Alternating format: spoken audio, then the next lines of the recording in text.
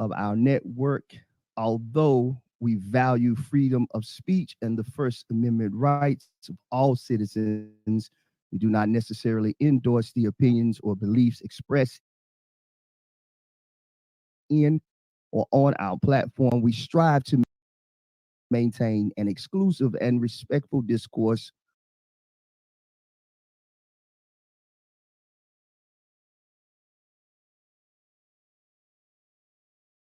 while at the same time respecting the different views and perspectives of our viewers. The Ross Cloud Podcast. And none other than we probably have one of the most controversial leaders in our society on today. He's not controversial to me, though. I appreciate what he brings to the table. And we have the one and only General Commander Yahanna. How are you, sir? Sweet. Good to be with you, Chris. Good to be with you. Right on. Man. Right on. And we have some of the brothers from I.S.U.P.K. Could you tell the folks what that means, I.S.U.P.K, first before we get started? Okay. I.S.U.P.K stands for the Israelite School of Universal Practical Knowledge. We came out of Harlem. We were established in 1969 in Harlem and 1 West 125th Street. And we took the truth of our people, the history of our records, and spread it across the entire world. We found out that blacks in America were actually descendants of the Hebrew Israelites we read about every day in the Bible. We found out that the Latinos that are in Central and South America and the Caribbean, as well as the people of the Caribbean, are all part of the lost 12 tribes of the children of Israel. It's who Columbus was looking for. It's who he was looking for. It's who the Roman Catholic Church was looking for. And we found them. Right on. Now we started to bring them on out. We started to let them know. Oh, man, I absolutely love you. And if you could you kind of let everybody pass the microphone around, if you would? Absolutely. Yahanna, kind of introduce and tell everybody that's with you here on today. All right. Glad to be on the Ross Cloud Podcast. 6 Shield.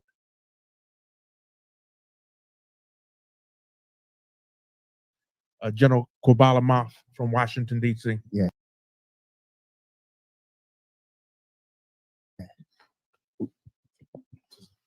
Cat. Come on, Cat. Got it. Also good to be here. I'm Captain 13,000 Tazariak of the Israelite School and Universal Practical Knowledge. Y'all work with us. Y'all work with us out there watching. Captain 13,000. Thanks for being on the show. Right on.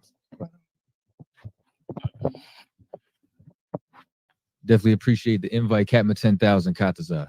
Right on. Shalom to all you brothers. Shalom. Shalom, brother. Shalom. Yes, sir. First of all, I'm super excited. I'm glad to have you back again, General Yahanna. It's such an honor and pleasure. I didn't know much about you upon the first meet. Right. But as I did my research and continue to do my research, because I knew we would meet again. Absolutely. Absolutely. Most High in Christ. That's right. I appreciate you. And I want to give a shout out to, I guess he's one of your captains, Brother Rock. Yes, Officer Rock. Yeah. Officer Rock. Okay. Yeah. I want to say to you, man, he has always just been somebody who drops in. He'll send me a text, just checking on you, brother. You know, beautiful. Just want to see how you're doing. Everything's okay. And then I said, well, let me know when the general want to come back now. So he already said, oh, you know, that's done. So he sent me here recently upon us just communicating on a regular. He'll just check in. Wow. And you just don't know how to really, you know, that was valuable. So many times, you know, we forget relationships are a big part of what we do. Absolutely. It's all about building relationships and getting to know people. And Brother Rock is always genuine. Yeah. He's always persistent about, brother, I need you to come to this event. But me being busy, a lot of times I can't come. But I will at some point get a chance to journey to one of these events and bring my microphone. That's right. That's right. That's right. So I can talk to everybody and be in the midst of the brothers. But I just wanted to make sure I gave a shout out. And again, thank you again for embracing it, coming back again. I'm so glad to be here, man. Yeah, I right really on. appreciate it. Yes, sir. Yes, sir. So listen, for those of you that are out there, a few of you asked me a few questions of like, man, can you ask him, are they a part of the other part of the Hebrew Israelites? I have a lot of people that ask me that, the brothers that wear the purple and gold. I have a lot of brothers ask me that. Right. So I said, I will be sure to ask him that so he can clear the air on that and what's Sure. what's going on, what's up with that, if you would, without do your thing, General Yahanna. Let me get out the way. I appreciate it. I appreciate it, Ross. Yeah. Like one of the things that's very important about being a Hebrew Israelite is holding your integrity. Okay. You can't, there's so many ideas and thoughts about the Bible. You can't just be flighty with it. Okay. And the head of that organization, the Purple and Gold, Nathaniel, I believe is his name. Okay. Was once one of our students. Okay. And he, through the course of time, separated from us and created that organization. Okay. Which was not on its face a problem until they began to change things. Okay, I understand. And as Hebrew Israelites, it's very important for us to hold on to our culture. Yes. And not to beat him over the head about it, but they left the culture and they put down a lot of stuff. They put down the Hebrew. Okay. They changed names. They took away the true translation of God's name. Yes. And things like that we can't allow to be just left unchallenged. Yes, sir. And he himself was a police officer in New York. Okay. And there was some issues, you know what I'm saying? There's some reports that came up. It's hard to do that job without a little, you know what I mean? So the short answer is we are not the ISUPK, the Israelite School of UPK. First of all, we're the original school. Okay. From 1969. Yes. And we don't affiliate with any other organization. Okay. Got it. And that helps to keep the integrity right. So if you hear about anybody saying they're a part of us, you can know flat out that that's not true.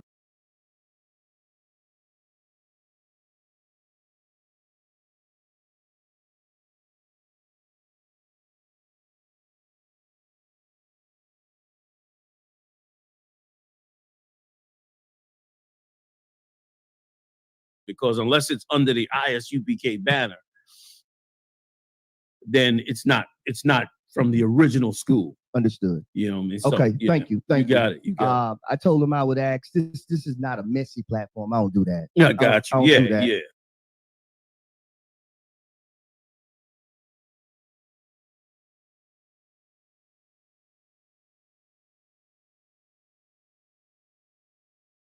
Yeah, but sure. in all honesty and just being fair to those who view that knew you all were coming on, right? I said, sure, I will ask him. Sure. This is not that kind of platform. Exactly. So I don't do that. But that's beautiful. For me, I said, well, I'll do them the honor of at least asking the question to make sure, was it a difference? Right. Are you the same? Okay. We cleared that up. Yeah. About enough about it. All right. We're moving forward. We got all that out the way. That's and beautiful. I also want to commend you brothers on doing what you did not too long ago. You guys, I think I watched late night, about 10, 11 o'clock at night.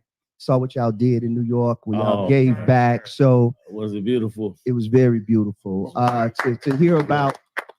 It was definitely right. Yeah, to hear about those things that you all did, and the way you supported, and the brothers called in. I could just feel the Spirit of God come off the screen. Like this is what this is. Wow. You know what I'm saying? The pictures that you showed, the brothers standing there in it's just soldiers, man, and we need to see that. We do. We need to see that. We need to see that there is a group that cares totally about us, right, and loves us enough to say, "Hey, we're gonna go to our Latinos. They not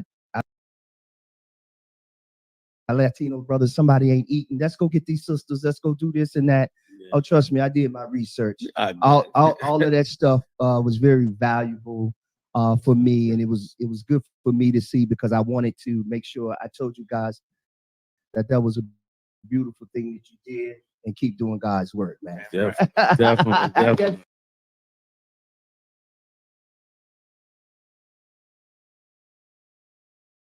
sir. Yes, sir. Beautiful, beautiful, beautiful. All right, let's go ahead and get on into Yes, it. sir. Yes, sir. We get all the sentimental stuff Yes, out of the way. right. We'll go ahead and get into it. So, where did the Hebrews come from originally? Where did it descend from? Okay. Our forefather Abraham, who was called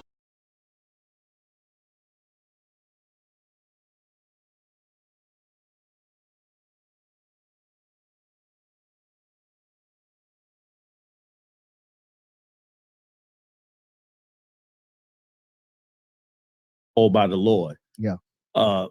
Started out in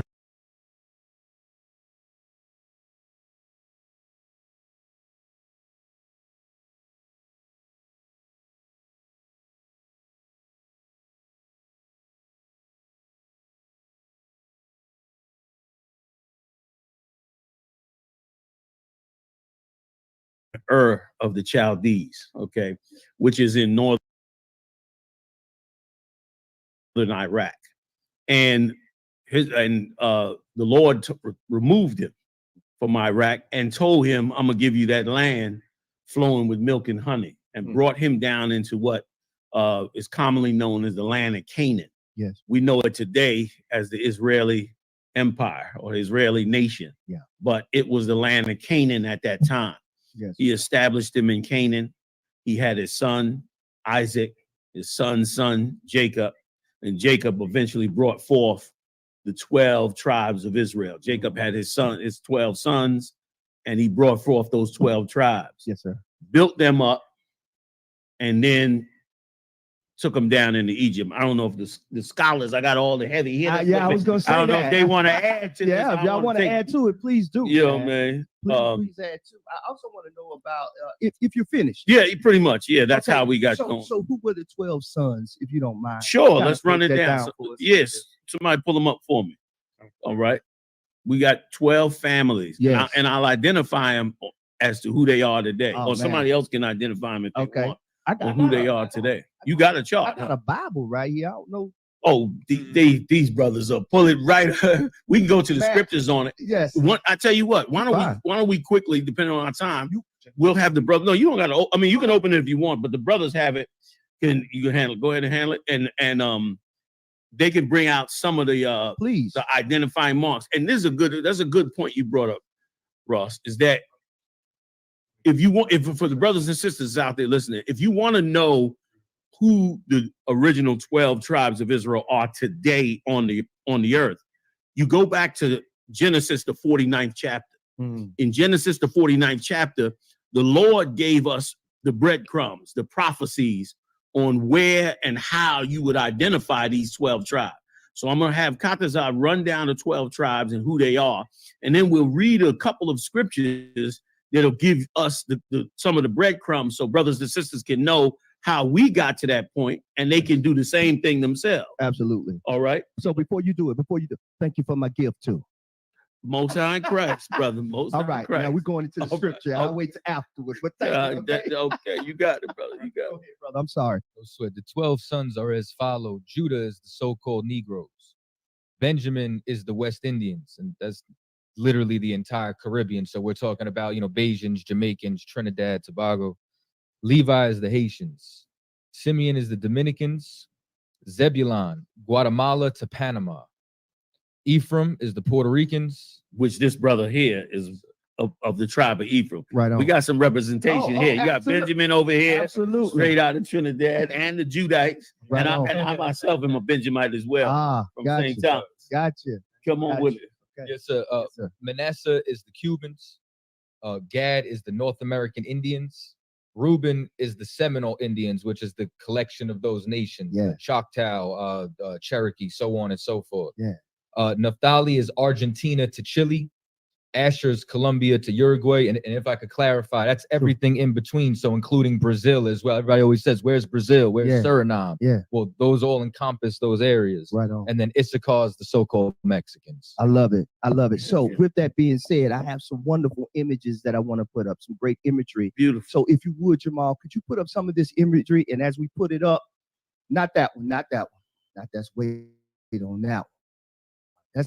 Let's get to the beautiful images of our people starting with the first couple that I sent you, and then come on, brother Jamal. All right, we start with this one right here. I found this. I found this in me researching. I looked this up. So these are facts. So I'm sure this because when I saw it, this is what I was saying. Okay.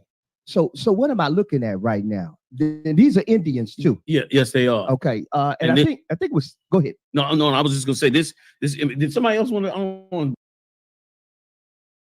Yeah. Anybody else want to chime in on this? Well, this y'all cut in. Y'all know how we do.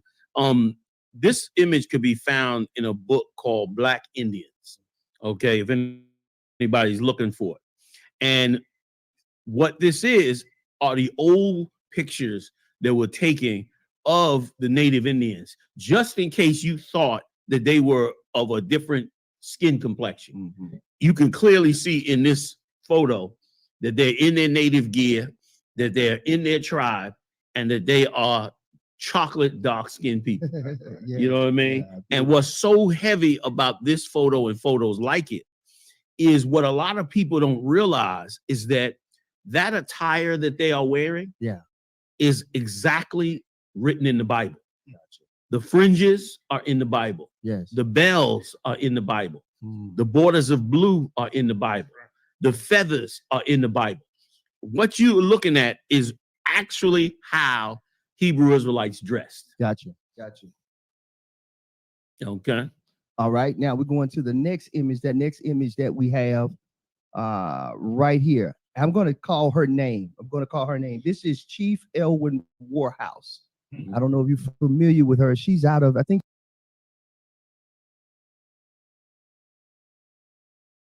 she's like the mother of one of the last tribes down there in New Orleans. Wow. And as I was doing my research on her, she's Black. That's right. She's Black. So I just wanted to kind of note that. What do you see in this picture right here, General Yahanna? I see another common sister, and not just a common sister, but a sister who kept her bloodline strong. Yeah. You could clearly see that she comes from the bloodline of Black people. That's exactly. I think they called it. I don't know if I'm correct on this, but this is what they had. They call it Cooper color. Well, copper color. Copper color. That's right. Copper color. They call them copper cup color. And let me tell you, if I could, what was so heavy about the reason the modern records call them copper is because they're trying to not call them Black. So they're using copper. But now here's the smoking gun. Come on. When you go to Revelation and John the Revelator speaks about the description of Christ, he says that he was like burnished brass, which is a copper color. That's what you know what I mean? So they're trying to get away from us being Black, but in doing so, they leading us right back to the Bible where Christ is described as Black in that same way, in that same copper color or burnished brass. I love it. I love it. So the next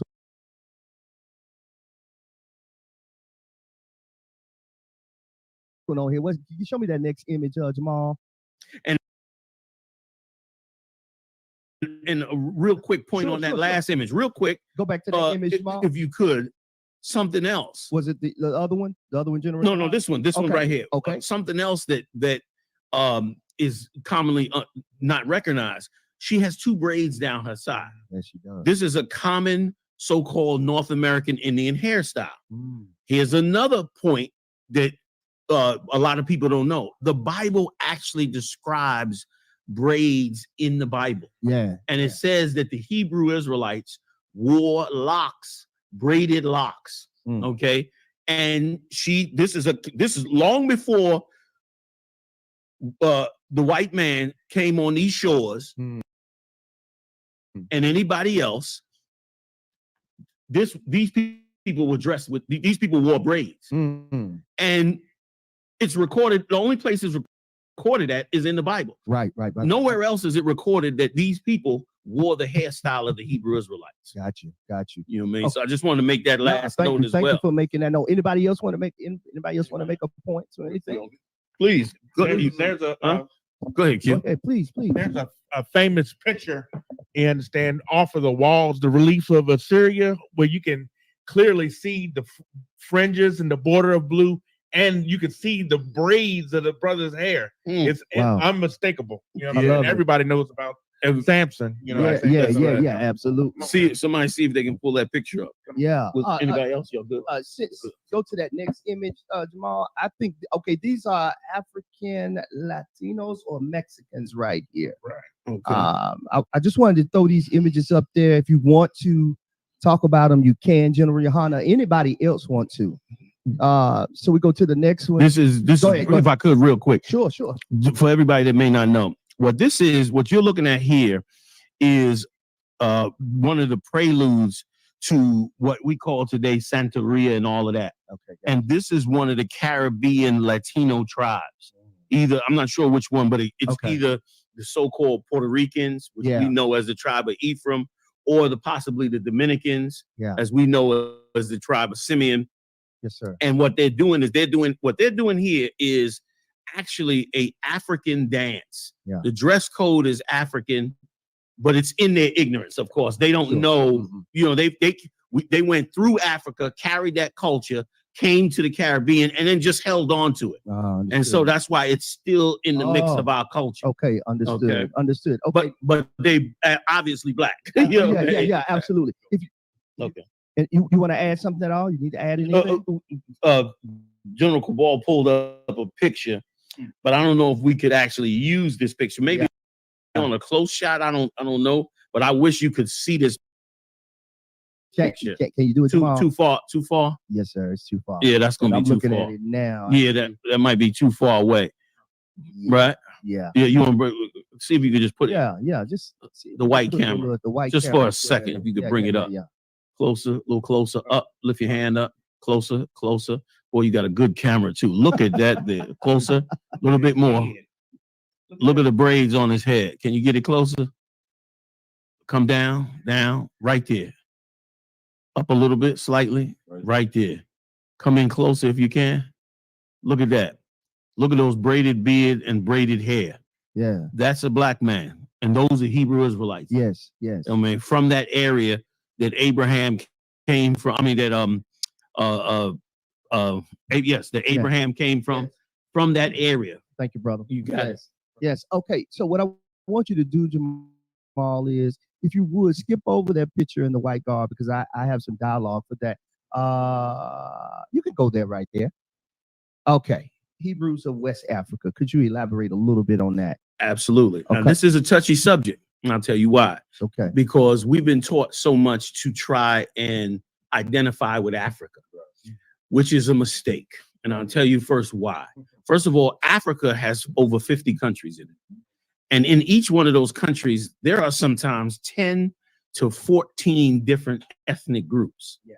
So pretty much all dark-skinned people, not all, but the majority of dark-skinned people were pushed into Africa.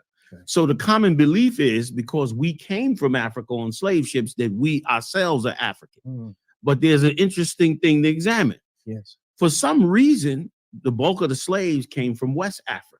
Yeah. And there's a very good reason for that. Yeah. The very good reason for that is the Hebrew Israelites who were destroyed in 70 AD under Titus, the Roman general, flee down into northern Africa. Yeah. And as they flee away from the Roman onslaught, they moved west into countries like Ghana and different countries. Yes, sir.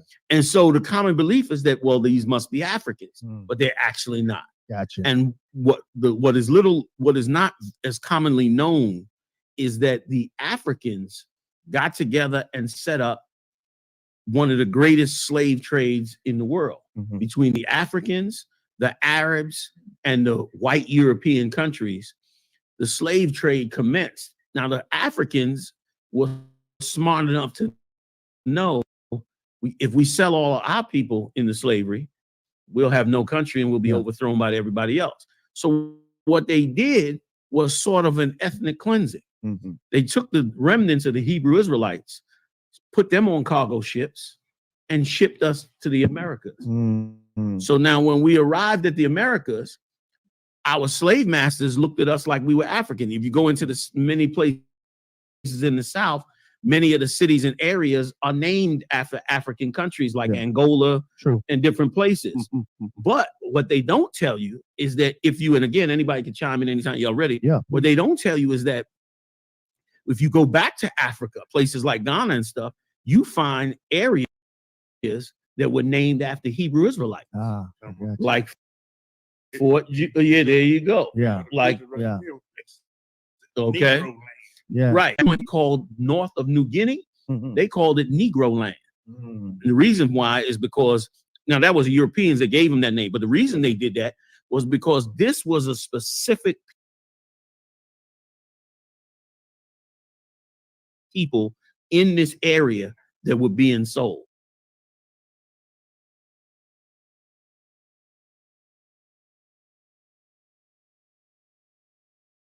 Yes, those people are the Hebrew Israelites. I love it. And here's the sad part, if I could, like this is why it's partially controversial. No, please. Because we've been so stripped of our identity in such a brutal way that we are trying so hard to sincerely get our identity back. That we are offended when somebody says we're not African, when in fact we're not. You know what I mean? In fact, we have a far richer and far broader culture.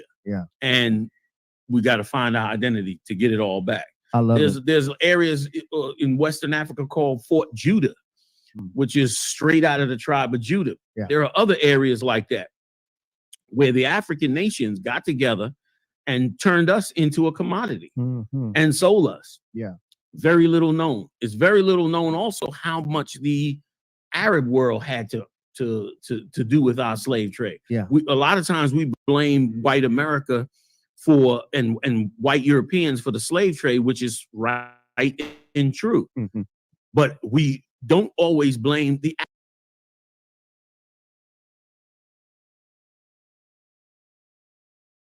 Arab world. Instead, we embrace the Arab world and embrace the Arab religions when they were just as culpable in our transatlantic slave trade as was the Europeans. If we're going to be fair. You know what I mean? So let's go to that next image on the bottom. No. Go back up. Right here. Afro Latino. I just wanted to that we saw this.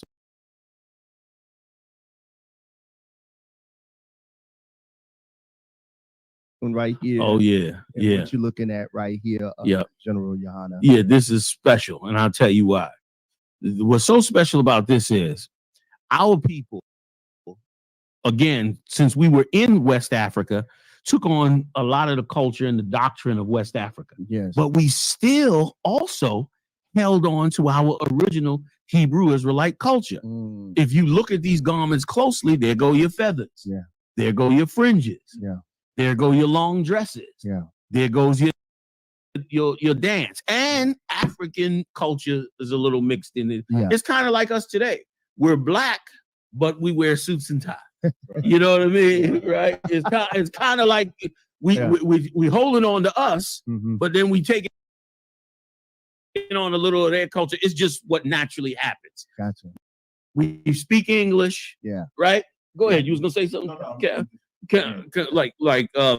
We speak English, we have the culture of where we are, but we also hold on to us. You know what I mean? Like we still brought our music back in every aspect of it, jazz, R&B, but we still conform to today's society. And this is what we're looking at here. Our Latinos, brothers and sisters, are also descendants of a black race of Hebrew Israelites. Go ahead, bro. Okay.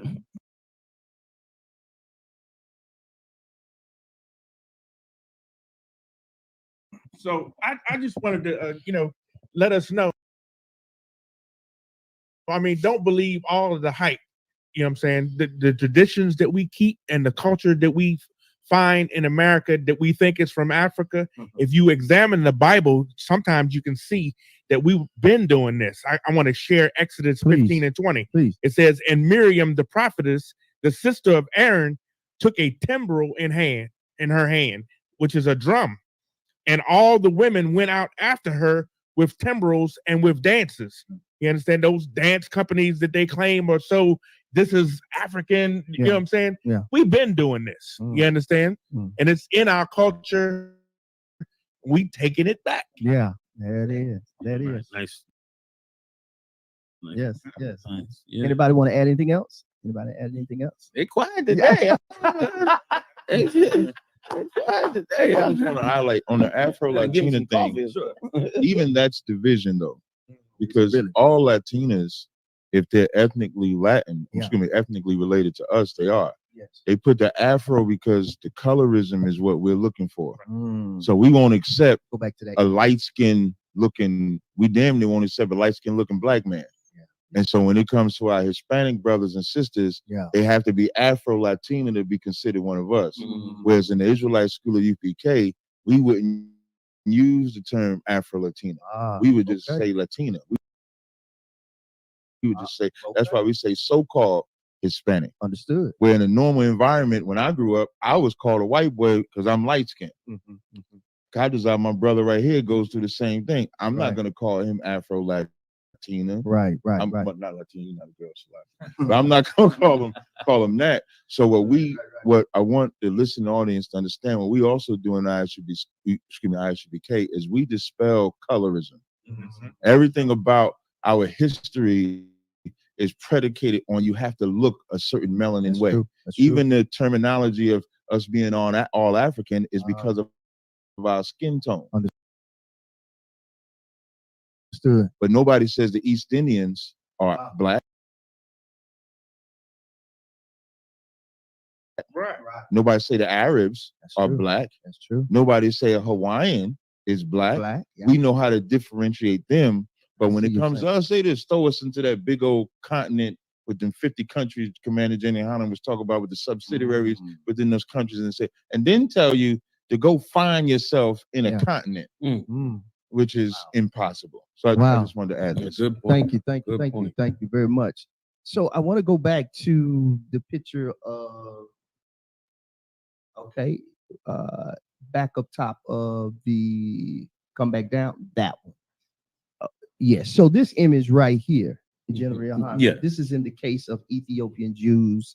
And I think it's not between, when I read it, it said between 1955 to 1975. And then it says November 29th, 2021, the Israeli government permitted 3,000, I don't know how to pronounce it, Falasha Jews? Falasha Jews. Right. Go to Israel. And then there were Ethiopian churches deep under the ground. As I was just doing my research. Sure. But I knew I wanted to ask you more in depth. Could you go in depth a little bit about the Ethiopian Jews? And or if I'm saying it the wrong way, you'll correct it. So Sure. The Falasha Jews, commonly known. But I did want to clear up this photograph for a second. Please. This photograph is actually from Harlem. These are actually black men who were dabbling in the ideology of Ethiopian Jews. Because let me give you a little quick history, if I could. Please. Y'all chime in any. Please. As we started to realize who we were, really from the turn of the century.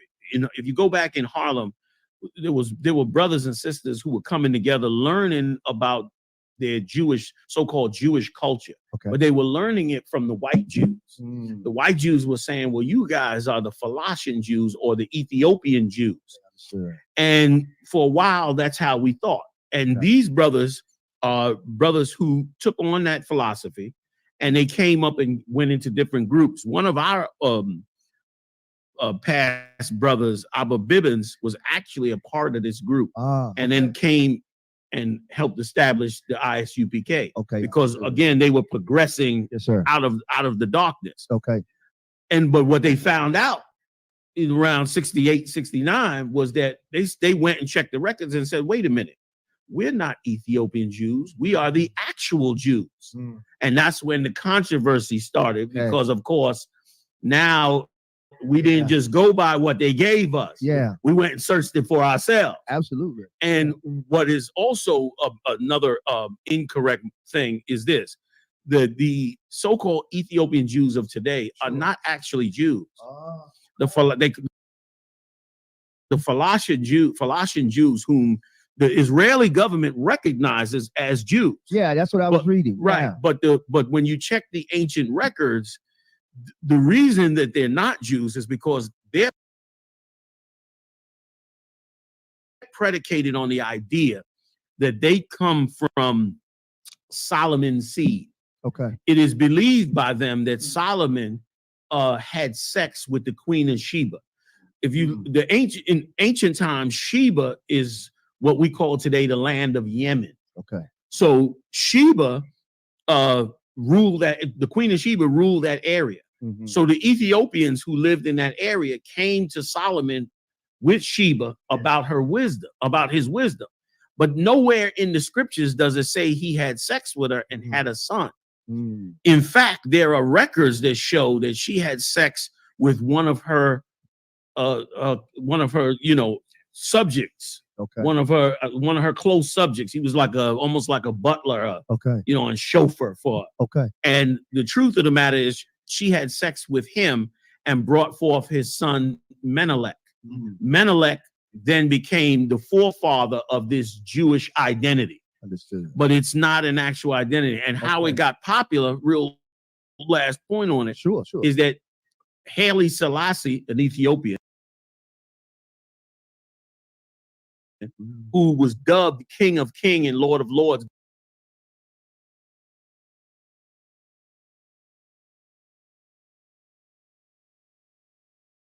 by the British Crown. Mm-hmm. He eventually went on tour and came to the Caribbean islands. This is in the early 70s. Yes. And declared himself King David. Ah.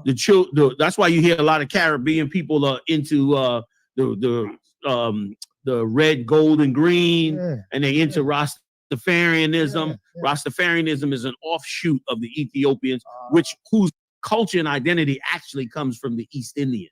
Understood. So it's a whole long list of where this came from, Wow. but it's totally on the wrong path. Understood. And so as a result, all these brothers from the Caribbean started embracing Haile Selassie and embracing the Falashian Jewish identity, and found out that, called themselves Hebrew Israelites, but from the old way of thinking that we were converts or we were Jews by descendant of Sheba, if I'm being clear. Okay. But when in fact that none of that is true. Okay. That in fact he never had sex with Sheba. Wow.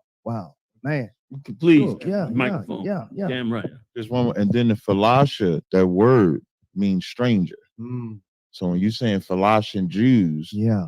the way the so-called Jew interprets that is that these are strangers. They're not actually one of us. They're more like a convert. Like if someone converted to Judaism, that's what that term would be.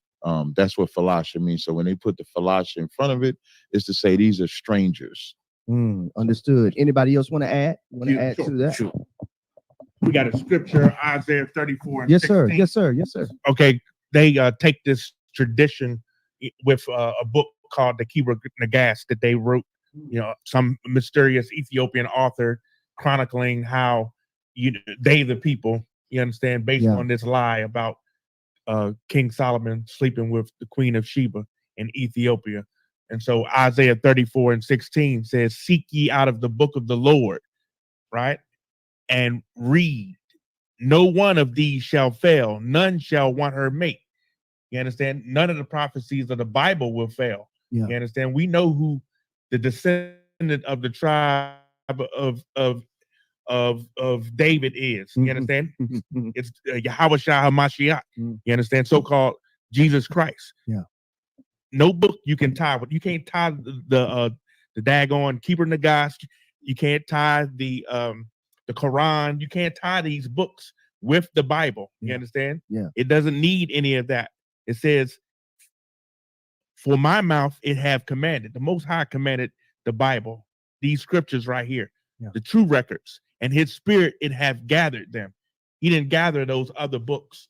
You understand? And so this is what we have to fall back on. You understand? If you read the Bible for what it is, it clearly identifies the descendants of those that went into slavery and cargo slavery on them slave ships. Yes. That we are those people. You understand? Yes. I love it. So it looks like slavery did a number on us. Like, Yeah. I mean, when you look at from the broad spectrum of it,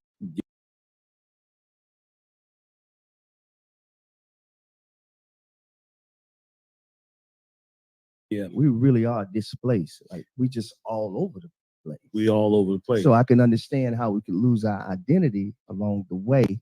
Yeah. And yeah. And our slave master didn't help.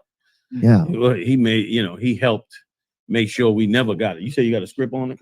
Please. Yeah. You got the mic right here. Isaiah 1:3.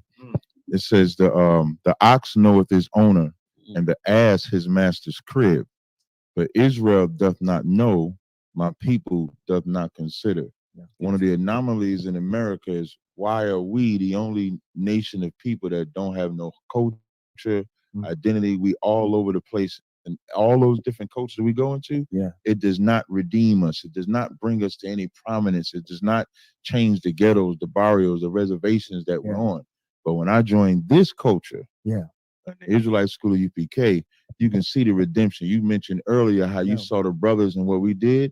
That's what we do when we actually come into a true culture and identity. Yeah, it's beautiful. It's beautiful, man. Beautiful, man. You got anything else you want to say? I'm lost for words.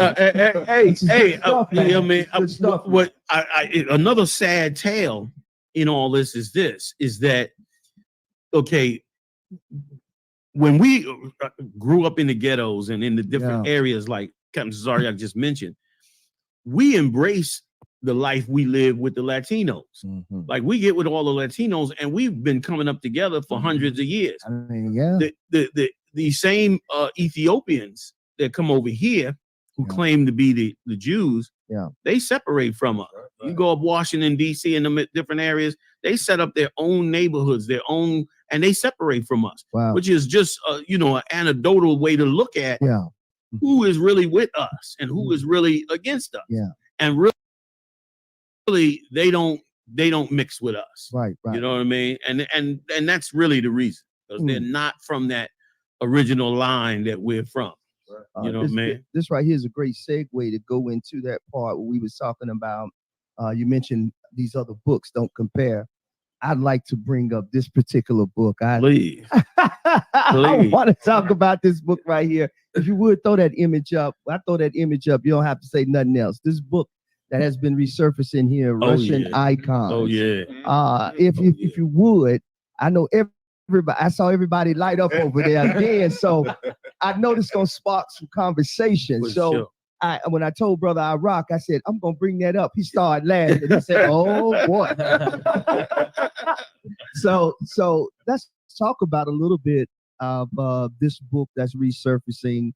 It's not really resurfacing. It's always been there. But, they're starting to sell it for an astronomical amount of money, which is kind of crazy. Why we just can't get the knowledge? Exactly. I mean, that's my thing. But I wanted to kind of, if you would, I would, as much as you could, everybody at this table, just kind of elaborate a little bit on what we see and how did it get into those hands like that? I mean, where they selling it, man, I'm like, I wanted to buy it. But it was $1,000+ for it now. Yeah, man. Yeah. And if I could, a big shout out to Chief Head Priest Yeshaya, who back in the late 80s began to notice something about icons and paintings, and he began to go into studying it, and he discovered this book called The Russian Icon. Gotcha. And he went through it, and he realized that they were not only he realized one, that it's filled with icons of Black people. Yes. And which already it says Russian icons, and you open it up and it's filled with Black people. Filled with us, yeah. And then he also realized from it that they were actually doing in the Greek Orthodox Church, that they were actually repainting them. They were actually whitewashing them. And so I wanted to give him credit it was due because he had studied it up. I bought this book when it first came out, when nobody knew about it. I bought it for $5. Wow. They were selling them all day. You could get them in any, you know how they the libraries at the end of the year. Yes, sir. They get rid of all the books that nobody takes out of the library. They sell them for $1. Yeah. Well, this was one of the books that were in all the libraries that you could get for $5. Now it's $1,000+ Yes, dollars. sir. Yes, sir. So if I could let the brothers get in, they could totally tell you the whole makeup. I just want to say one thing. Sure. One of the masterful paintings that's in this book, icons that's in this book, is the icon of the man that we call Santa Claus today. And he's a black, it's in that book. That's why it's so expensive. Because the original man who this was done off of was a black man who lived in Russia. Wow. And he kept an orphanage in Russia. And he wore a heavy red, oh, here it is. Yeah, we got the picture of him right here. Take it to him. Like that's him right there. Now that's one of them, but where's the other one? Y'all got the other one of him without the headpiece? There's another one. Okay, but you can see that. Yeah, that one. That's one of them. But there's another one as well. Okay. You want to know where Santa Claus came from? You about to see Santa Claus right now. Listen, that's where, check it out. This is where they get the story of him coming from the North Pole because he was in Russia. You understand? This is where they get the story of the Santa Claus suit because, keep going, where they get the Santa Claus suit. Okay, with the red outfit, it comes from that. That's the whitewashing. That's the whitewashing. Oh, you got to show Ross that. Ross, take a look at that. This is in the Russian icons.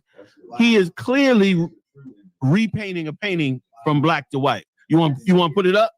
Let's put it up to the camera if we could. Yeah, go ahead and put it up. I was looking for it. There you go. Closer. If you can you get closer? Yeah, so they can see both. See that's amazing. Like he is clearly, and that's in the book. Wow. If I could say, Yes. In the opening, it actually says that these Russian icons survived the whitewashing of the Renaissance era. Yeah. Like when the Renaissance era came, that's when they took all of them images of the Black Christ, Black Paul, Black Peter, Black Mary, all of that, and then whitewashed it because white America or Europeans are not going to worship the God that belongs to another people. Yeah. So the trick bag is to make them look like them. And then now we can worship and follow after Jesus. We can follow after Peter because they look like us. Yeah. So that's what the Russian icons expose. I love it. Anybody else? Please keep going. Keep going. So, and the reason why this is in Russia, like what they failed to teach us was the Dark Ages. They believe was just a time period of ignorance when it was actually when dark-skinned people were ruling the world. The Renaissance was just white Europeans, you understand, coming back into the picture. Understood. So from 193 AD, you have Persinius Niger, Servius Septimus, who were black generals who overthrew the Roman government. Yeah. You fast forward to 300 AD when Constantine comes on the scene. He's another historical figure who was whitewashed. Yeah. He moved the capital to Constantinople, which is Turkey, modern day Istanbul. So when you find about these Russian icons, it's actually from the remnant of the Byzantine Empire, which was a black empire. So they were the ones who actually hid these during like the iconoclasm, where white people tried to destroy these images, but they were stashed in monasteries all throughout Russia. And that's why this book is so expensive, because it exposes not only the images, but it exposes the whitewashing. And lastly, and I challenge anybody on this who wants to say that Constantine wasn't a black man. If you were to go to the broken up remnant of the Ottoman Turk Empire, the Dark Ages ended in 1453 AD when Constantinople was sacked. There's a monastery. It's called the Moldavita Monastery. It's in Romania. So when you go to Albania, Lithuania, Romania, that's the broken up empire of the Ottoman Turks. The Ottoman Turks were white men who converted to Islam. They went and fought Christianity in Byzantine. And what happened is you can literally see the castle of the Byzantine Empire being raided by white men on one side on horses. That's the Ottoman Turks. and you're gonna find black men wearing crowns with woolly hair as that city's being destroyed. And what you'll find is those are the descendants of Constantine. Man, come on, man. Drop them jewels. Drop them. Come Come on. Keep going. Yes, sir. This is good stuff. I hope you guys are enjoying this. I totally am.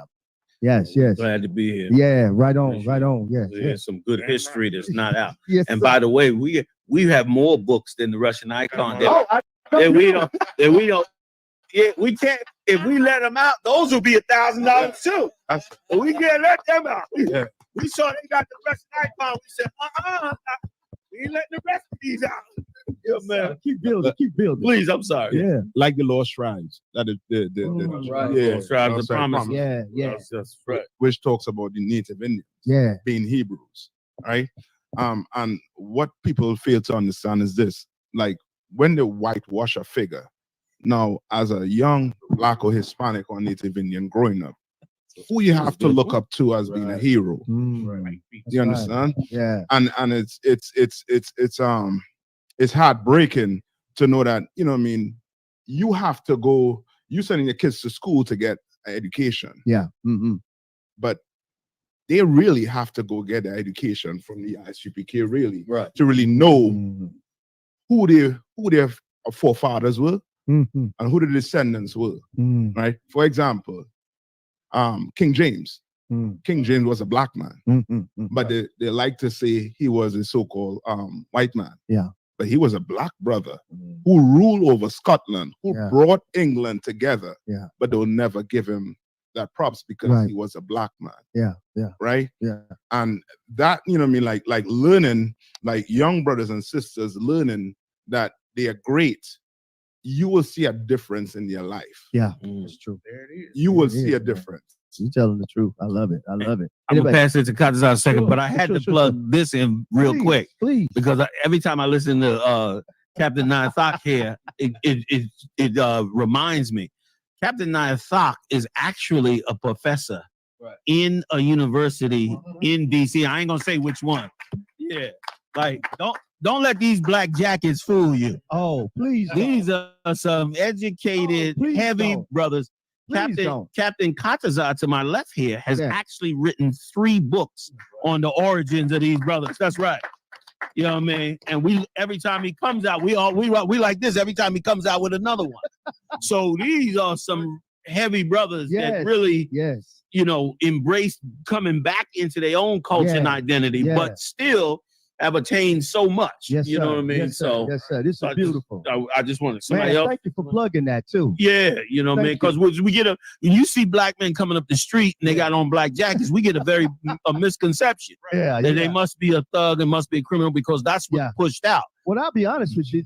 There's no way they can think that though when they hear your mouth, when they see Yeah, you open your once- mouth, once and you speak, talk yeah. and the knowledge come out. That's true. There's no way that they can think that. That's true. That's true. Go get a job. Yeah. Yeah. You don't know that. Right. Oh, Yeah. yes. Anybody else? Anybody else? Just a shameless Please. plug. Sure. Go ahead, man. If Plug that book. Plug it. if I could, I just Plug it.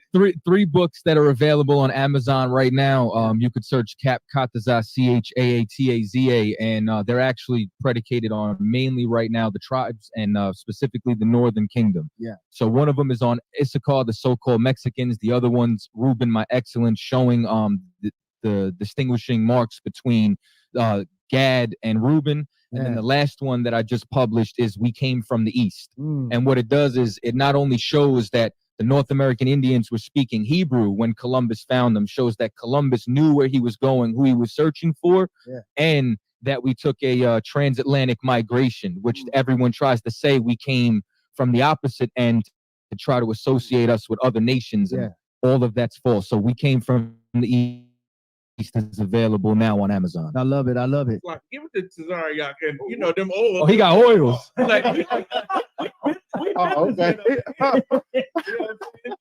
We talk about plugging. Plug it I out, do have a business of the finest oils and whipped body butters. I run this business for about 4 years now. Wow. I'm also on Amazon as well as Kataza. You can find us called Gas is the Right. name of the business that we have. Right on. Thank you. Right on. Yes, you're very welcome, man. This is beautiful, man. Man. All gas. Yes, sir. I love it. I love it. So It's listen. beautiful. So what I'm gonna do now is I'm gonna open up the phone lines real quick Okay. and let some folks call in. And listen, if you call in, here's what I will. Please be respectful. Please be respectful, but understand that if you pull the trigger, then please understand that you're gonna get some explosive back. So if you're not ready to hear real truth and please just be respectful when you call in to the general and to the brothers. Please be respectful, but please, the lines are open. Feel free to call. Give me a minute to call. It's a regular little number, so just give me a minute and call on in if you want to keep building. General Yahanna, it's fine. If I and could. it'll probably ring. Okay, and we can go from. We'll go from there. Okay. But the phone lines are open. That's 470-524-2515. That's 470-524-2515. If you just want to make a comment, that's fine. Please be respectful again and be respectful of the time. All right, go ahead, General Yahanna. Yeah, I just was gonna add, since we plug in stuff, that we're holding our annual Passover. Yeah. In Durham, North Carolina, April 20th.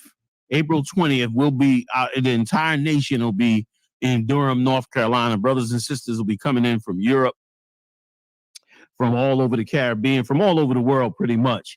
We'll be coming into Durham, North Carolina for our annual Passover. I hope you can come out and really spend time with us. You're about to see the entire nation operate, and it's going to be a hell of an experience. You know what I mean? Press 1. To send a voicemail, press 2.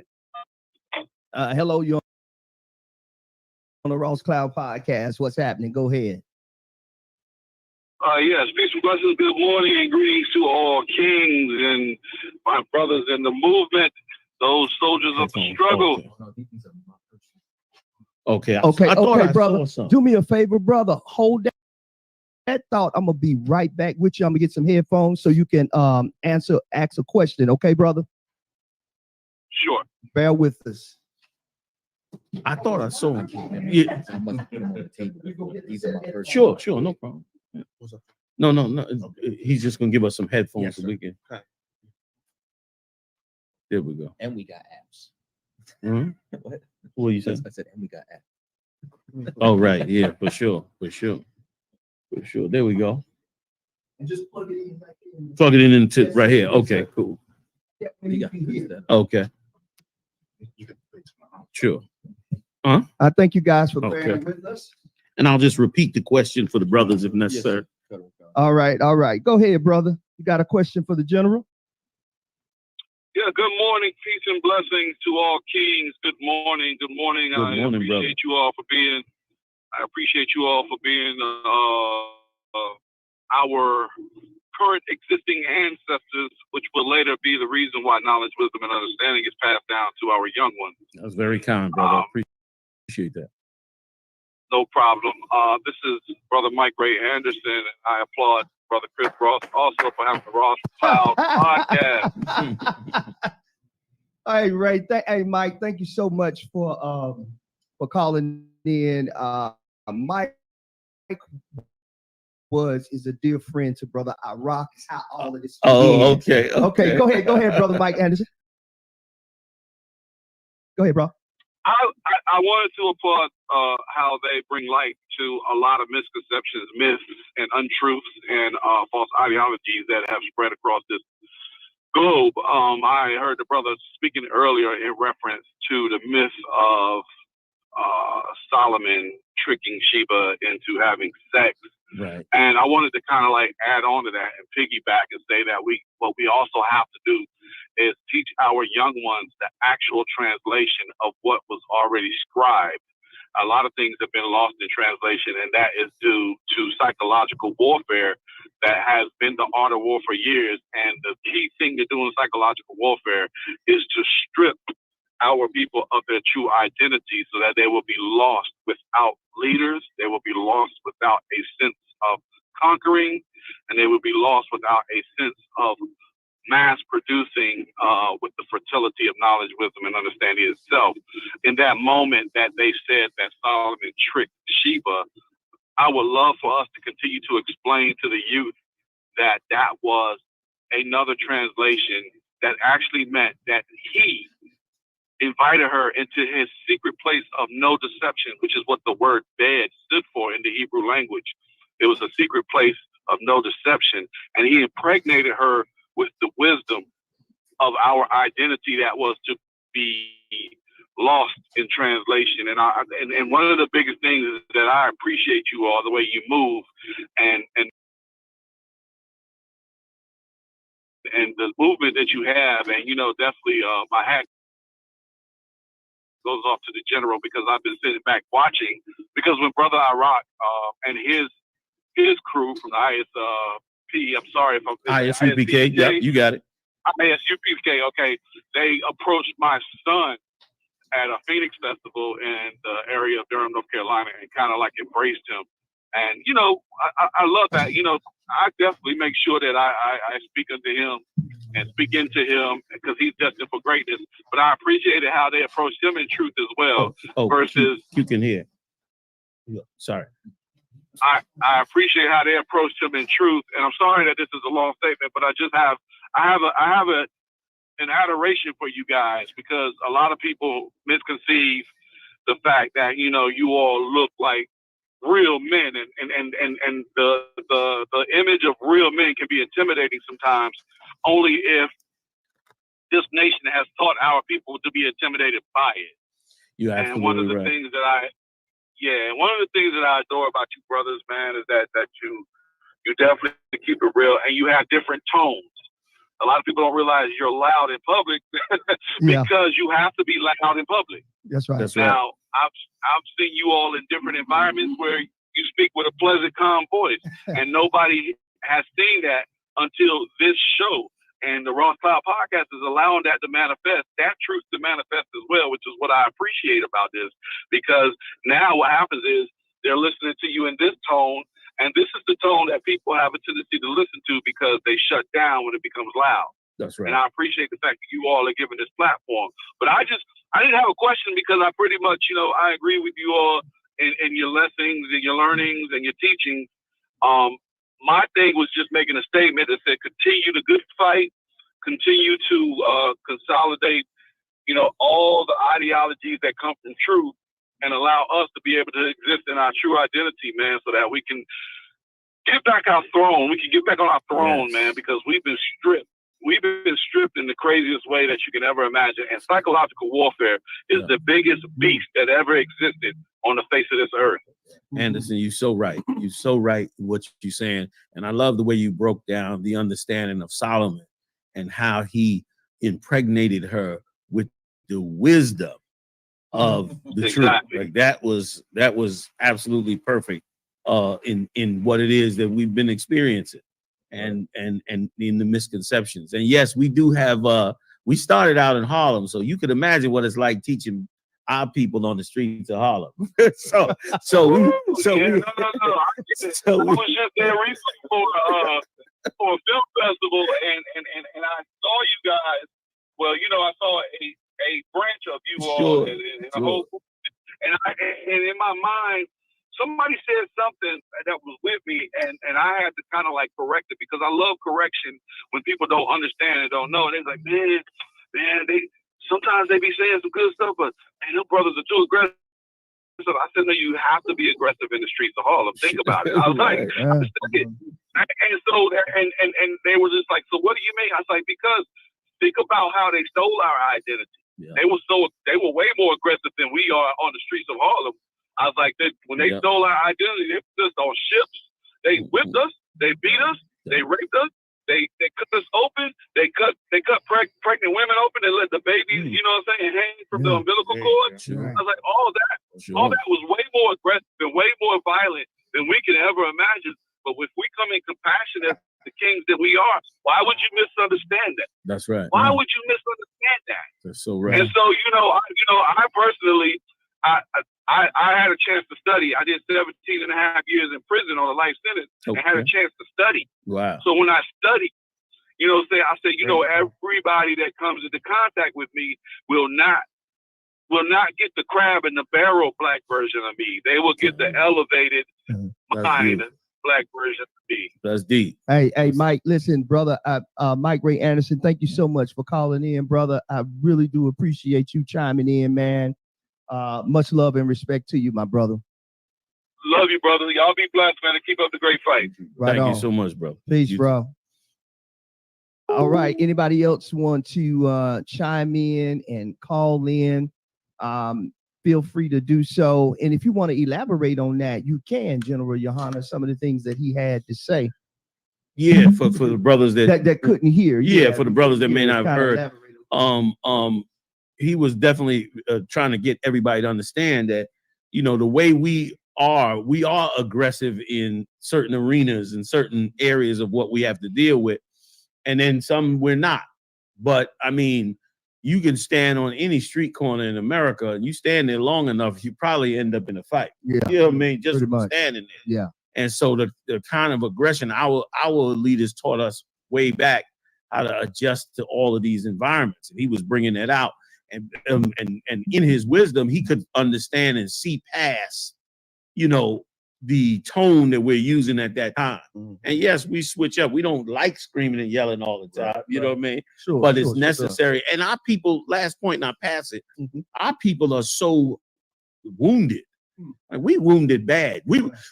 A brother will fight you. We had brothers come in the truth who fought us damn near physically just because we were telling them something different. Wow. They were in such pain subconsciously. You'd be surprised. They were in such pain subconsciously from hearing so much of false philosophies about us. Sure. That we come with the truth and it's like, no, it ain't. No, it ain't. No, it ain't. I was in DC just a short while ago and told brothers, all I said was this on the mic. I said, brothers, we have some problems among us that we got to fix. A guy tried to throw a shopping cart at me. He went crazy because it was like, for that moment, he had to look within. And it was so much pain and so much destruction inside him. Yeah. And he went off. The brothers jumped on him and the people on the sidewalk said, please don't kill him. Please don't kill him. Yeah. And they said, we ain't going to kill him. We just stop him. We ain't going to kill him. Because they were scared to death. But we understand it. Yeah. That this is pain that's coming out. So I'll just pass it for anybody else. Yeah, and remember, go ahead and hit that phone call now. That's 470-524-2515. That's 470-524-2515. You can call in with a question to the Ross Cloud Podcast. Go ahead, bro. Give us your best shot. I got a scripture for you. This is my shot right here. Come on, get it on. It say Isaiah 51:20. It says, thy sons have fainted. They lie at the head of all the streets.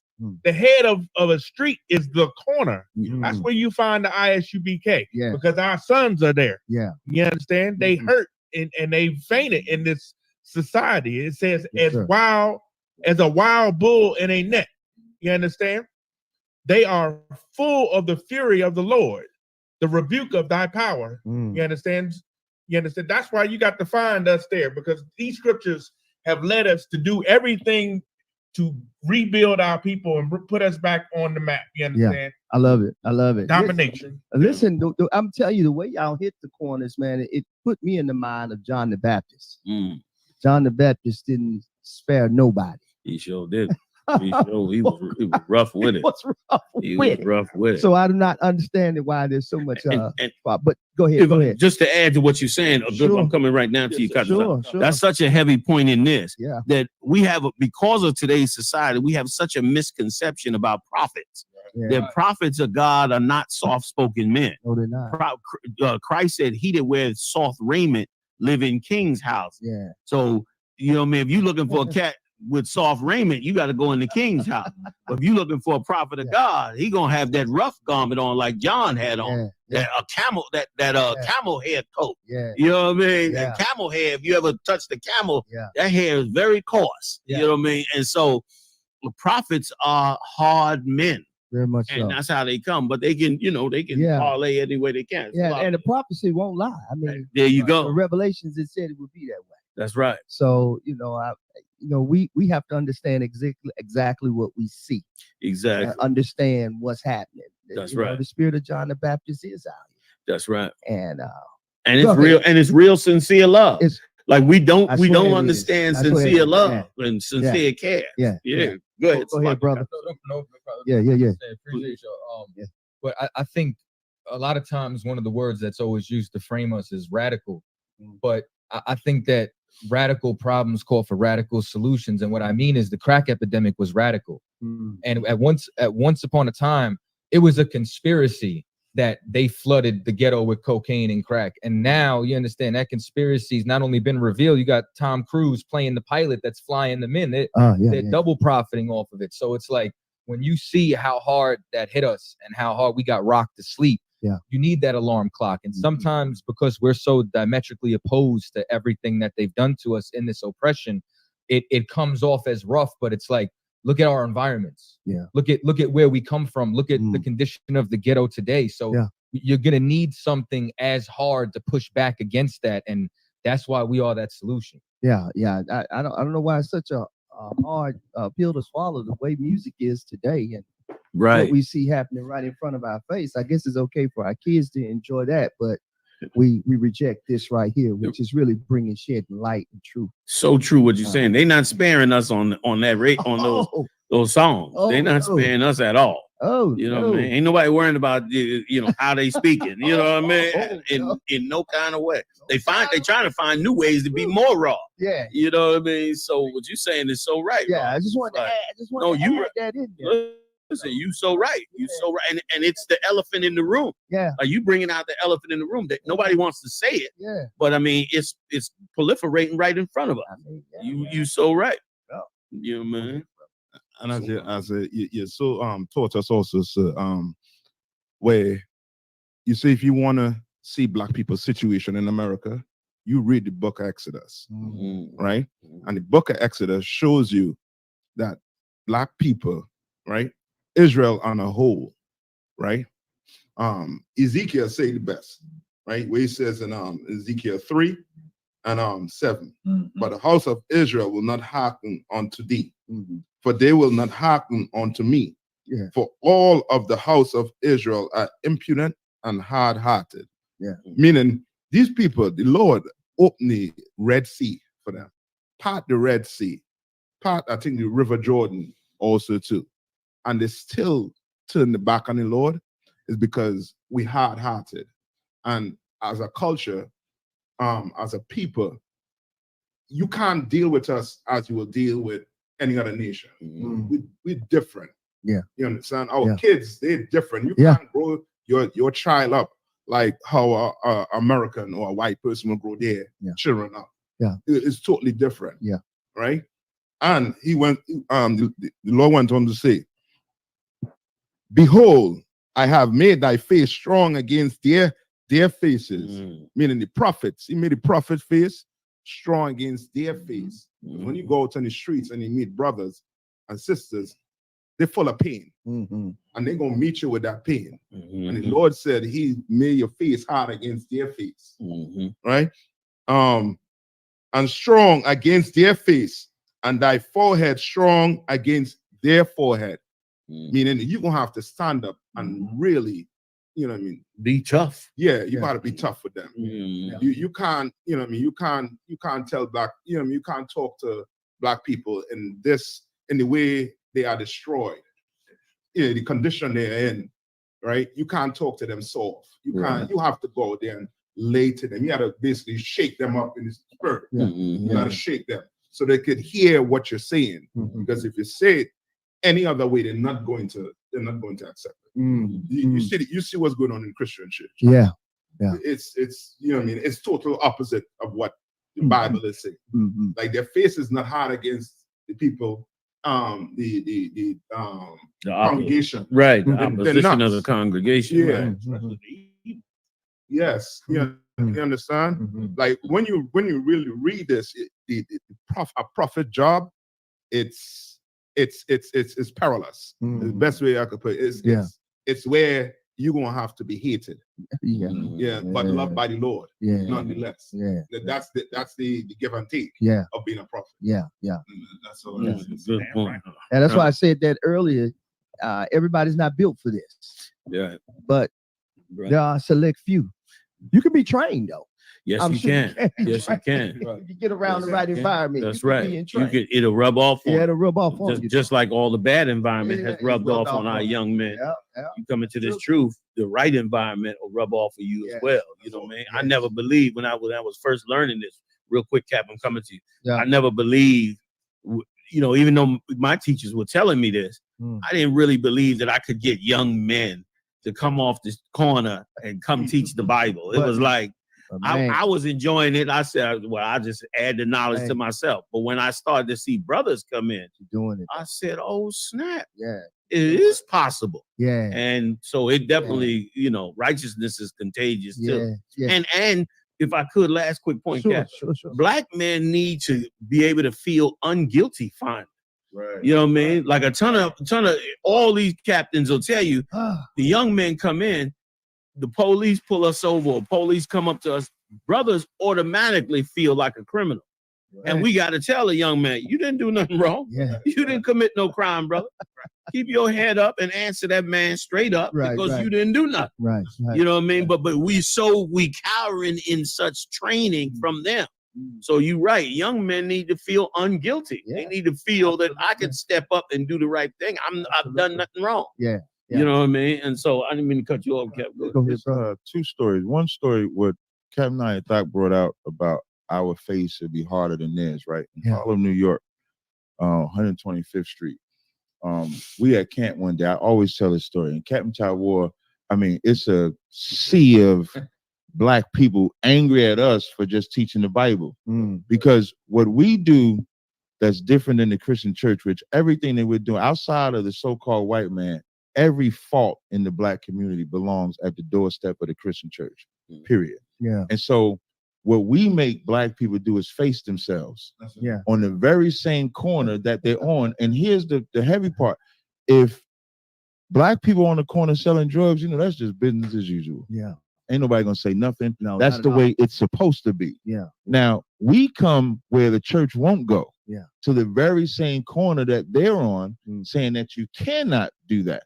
We're not trying to sissify you. We ain't gonna have a homosexual singing a song and dance for you, anything like that. We're gonna allow you to keep your aggression, but use it righteously. That's what General Yahanna is saying. That's what Captain I.S.U.P.K is saying. Yes. Oppression make a wise man mad. The scriptures say, "Be angry and sin not." Yeah. It's nothing wrong with being angry. We're all angry men. Absolutely. We were all angry men that saw our community and wanted to do something about it. So as we're on that corner, this one Black brother is standing in front of Captain Taiwan, and he says, "I'll shoot you," and every tribe on there from Judah all the way down to the Mexicans. And the whole time he's doing that, Captain Taiwan not only is saying, you're not going to do that, he's saying, you're going to learn to be a brother. You're going to learn to stop having that hatred for us because we're trying to get you to stop killing, to stop being a murderer, stop stealing. By the end of the conversation, that same brother that said he was going to shoot him was on the side crying to Captain Taiwan. Because that was just a brother in pain and never had nobody give him an actual solution. Yeah. We not giving, like the church, nobody is giving a solution to these brothers. They giving them a song and dance, telling you God loves you anyway, and then just sending them right back outside to the wolves to get devoured. If you don't give them an answer, a real answer. Yeah. If prosperity is the answer, you're never going to stop them from selling drugs, from stealing, from robbing, because that's the church. Yeah. The church is about prosperity. If you teach them brotherhood is the weapon and show them brotherhood is the weapon, then they will stop and then learn how to live their life. If I could, if I could add one thing to what Captain Tazariak said, which was so heavy, is these brothers out here, they not slow. They could smell a hustle a mile away. If you come to them with BS, they're going to catch you. And that's why big shout out to General Muhammad for counseling so heavy him and his team of counselors lay out all the problems that brothers have. Yeah. And fix them on a professional level. Yeah. And get their head right from all of the trauma and tragedies that we in the Black community until recently, we did not recognize psychological problems. You could never mention it until very, very recently. And there's been generations of pent up pain and anger that have altered our behaviors. Well, thanks to brothers like General Muhammad and other brothers in this truth, we now have the ability to relieve brothers and sisters from that. And if I could, another shameless plug, please. Come check out the Israelite School of UPK, whether you like us or not. Yeah. Even if you like us more, come check us out. Because the things that we provide for brothers and sisters, I'm saying this. I want to impress you. I want to impress you. Even if you hate me, you Black and Latino and Native Indian, come try me out. Many brothers, I've had arguments with many brothers that in the end they said, you know what, I can't argue.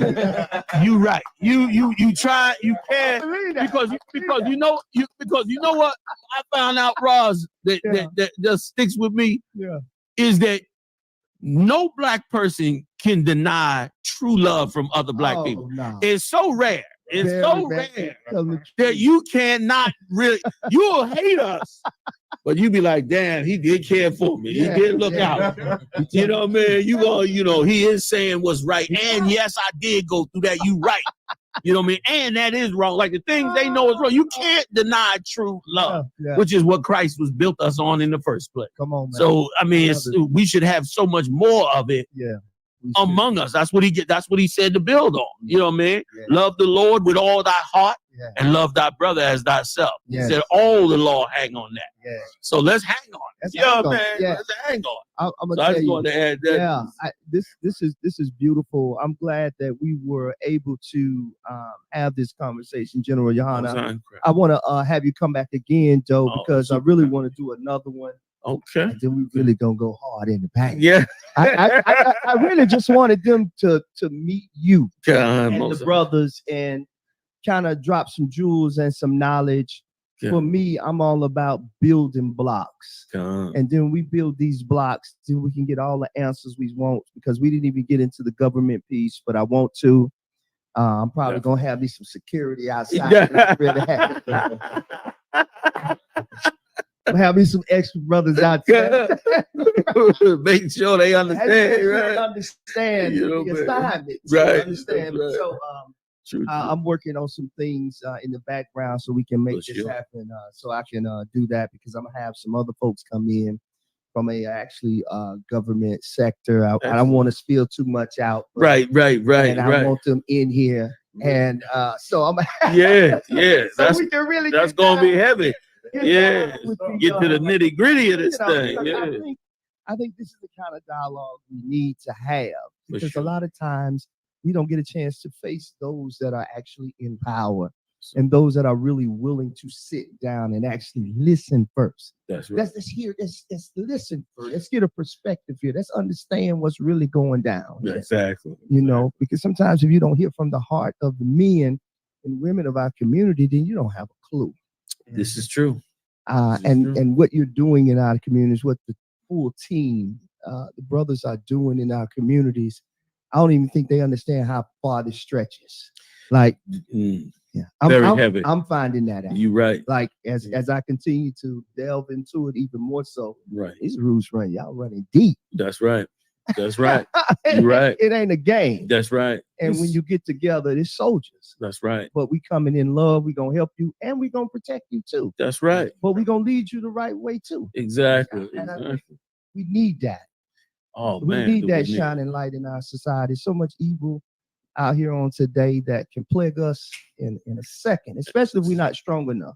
You right. And they feed off of desperation. That's right. So we can get rid of the desperation. Yep. And to think that we just got to have, really got to have. That's right. God has already given to us in faith. It's already ours. The scripture said, "Wisdom and knowledge shall be the stability of thy time." Opening us up to this thing here is going to stop brothers from losing it. You know what I mean? Yeah. in a time when we need them to hold it together Hold it to together, help so man. much more. We have we have our sisters, we have our Yeah, children, we do. we have all of that needs to come together in one body, and it starts with us. Yeah, getting our thing on the right track. That's you true. know what I mean? That's true. So Anybody else want to say something before we Please. close out? Slug. Good. And I mean, just to add, I mean, and what you were speaking about earlier on. Yes. Oh no. Yeah. What you were speaking about earlier on, brother. It's what Commander General Yahanna has done with the UPK is help brothers and sisters. Yeah. Basically find a home where they can keep their integrity and their morals. Yeah. Yeah. And structure. Because without keeping the integrity and moral structure, you are going to be susceptible to anything in this society that may not be good for you. Yeah. Right for you. It's true. You're gonna make deals, you're gonna sign contracts that after you know what I mean, 10 years after, you're gonna recognize, man, what did I just do? Yeah. Dave Chappelle is a good example. Good example. Where he signed his name for forever. Right. Forever, man. Right. Forever. And he's trying to fight to get it back. Yeah. But if he had known about Commander Jahan in this school, Man. he would have known how to keep his integrity. Yeah, man. How to, you know what I mean? Yeah. And you know what I mean? And it's speechless. To know Yeah. that. Yeah. You know what I mean? That there's a place Yeah. where black men can stand up Yes. and you know what I mean, be strong. Yes. And thank you for adding that. You know, this again, this is beautiful. You want to add something before we close? Sure. Go ahead. Add something. Just to piggyback of what both Commander Yahanna said and Captain I thought. I was one of them hard-headed brothers that I came in here trying to challenge everything. You know what I mean? Like there ain't nothing like you can't paraphrase the scripture with me. No, show it to me. Where's it at? What artifact? Who discovered it? Like I want to overturn. Hold on just a moment. You know what I'm saying? I wanted to overturn every stone. And the one thing that I think I searched high and low.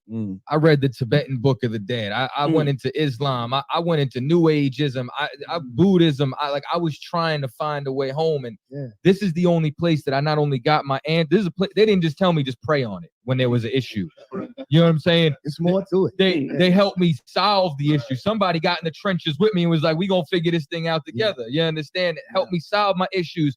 Gave me the answers, rehabilitated myself with universal and practical knowledge that you could apply every day. So to anybody, like I say, I challenge you to do the same. And you know what I'm saying? Don't believe what we're saying. Put it to the test. And what you're going to find is if you can't beat them, you join them because this is the only solution. Well, listen, caller, you hung up. You hung up, and I was going to answer your phone call. I'll give you a couple more seconds to call back, but I'm about to shut it down. So if you want to call me back, give me a call back. That number is 470-524-2515. I will give you an opportunity. Call me right back. Just call me right back. Go ahead and keep talking, General Yahanna. Go ahead. Okay, they're calling back. Calling back. All right. Call from Hello, you there, brother? Sister? Yes, sir. All right, man. Go ahead, man. What's your question?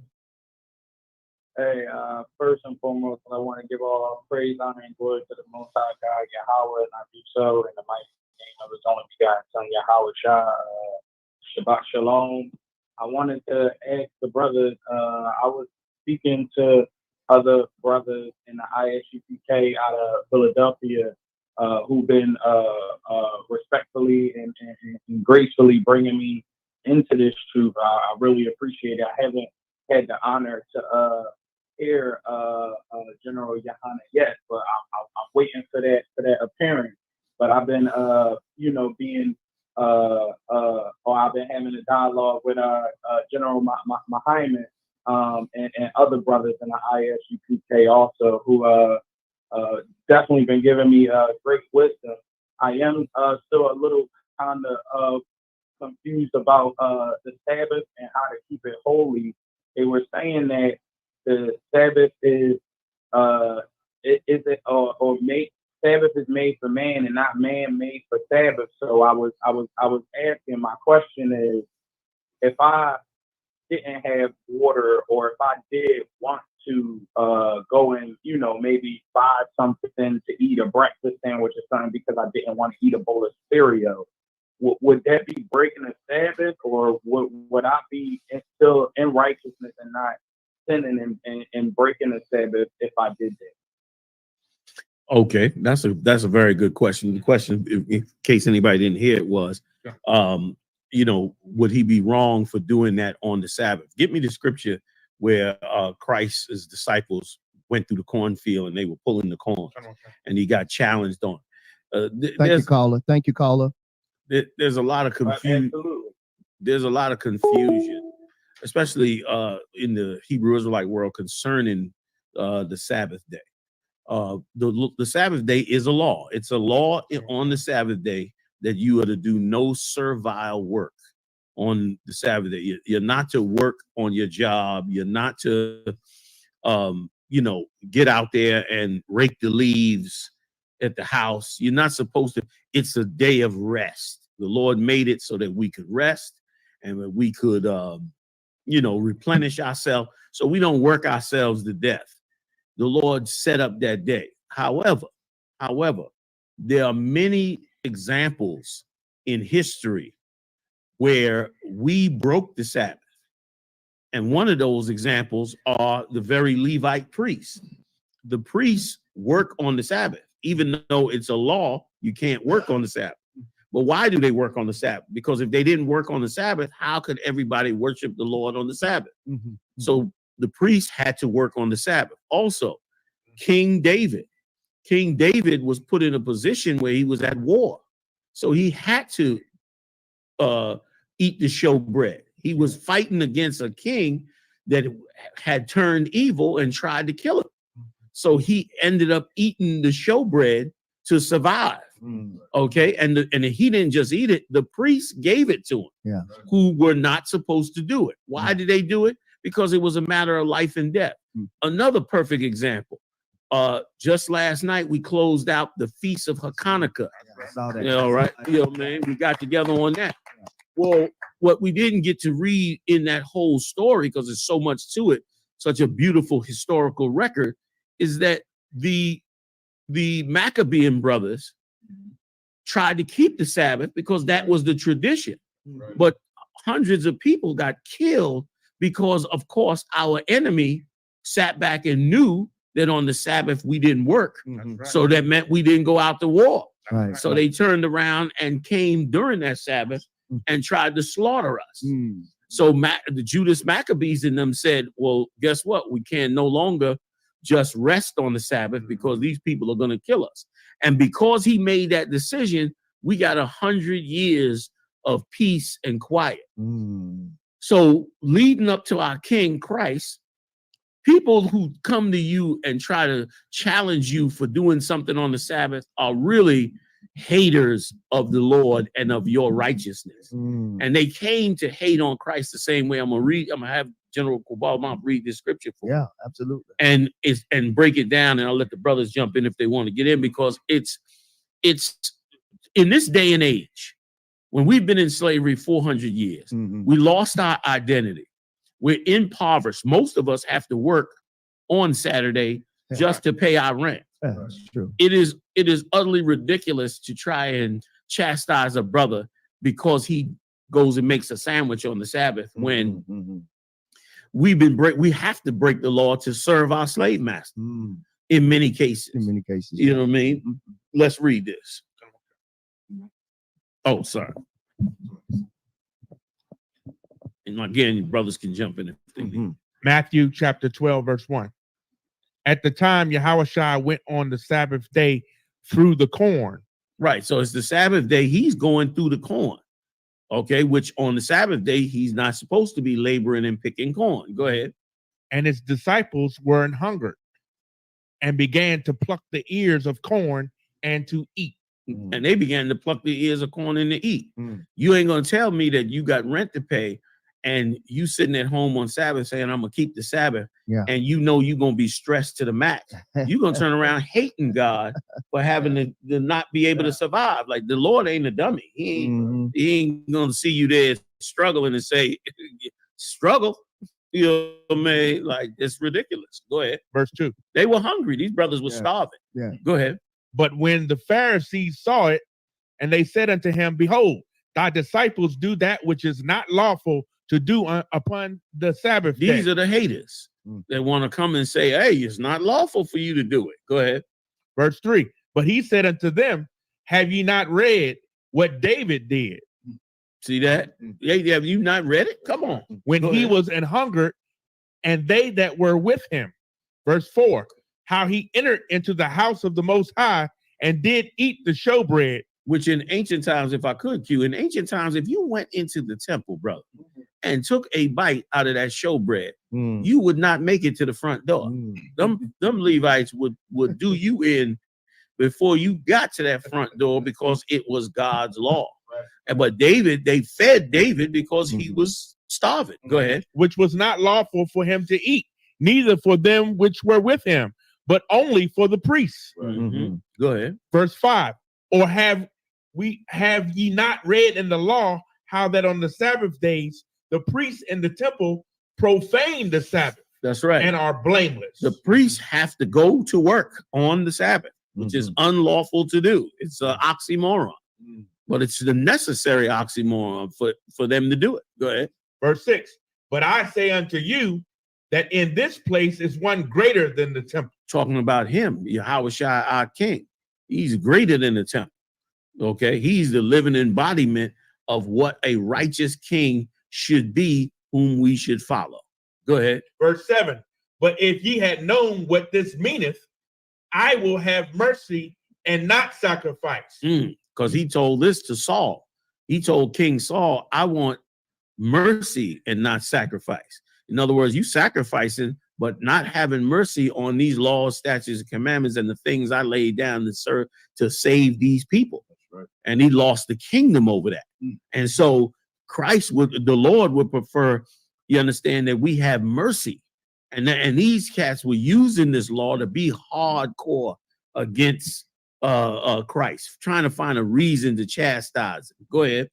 Ye would not have condemned the guiltless. Right. These brothers were guiltless. You wouldn't have condemned them. And here's what was so hypocritical about it.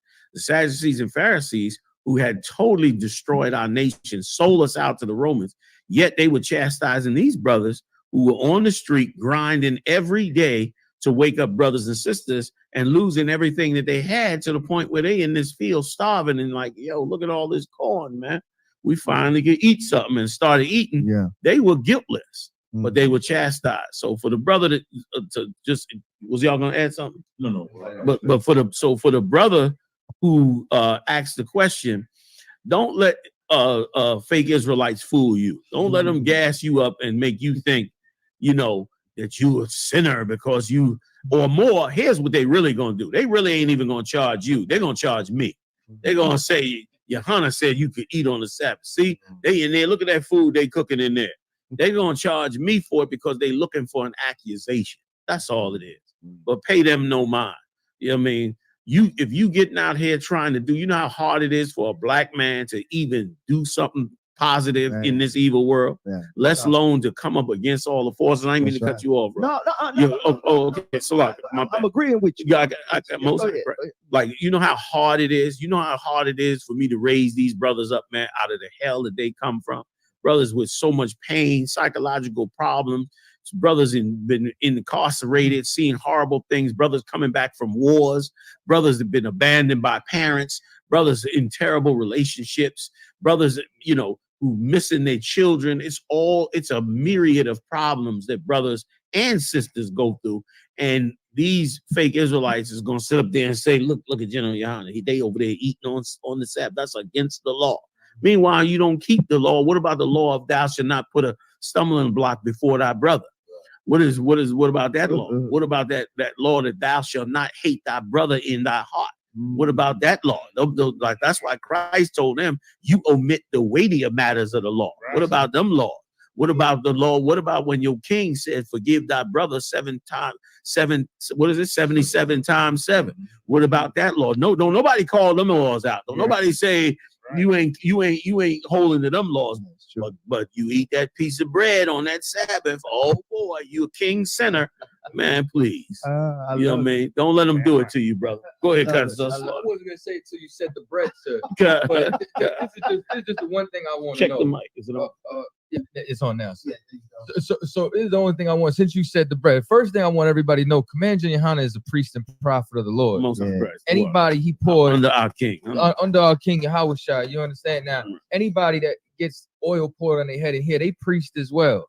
And speaking of the showbread, the showbread was food for the priest, and that was cooked every Sabbath. There you go. That's why you had to smell it in the assembly, because they baked it that morning. It was the priest that was doing it. Y'all don't know the scriptures, and you'd rather charge somebody for giving a priest a meal who's doing the work of the Lord.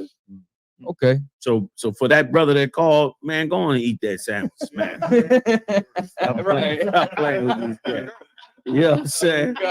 I heard they got some of the brothers and sisters here. It is the Sabbath. They struggling. You working all week. You tired. Sister tired all week.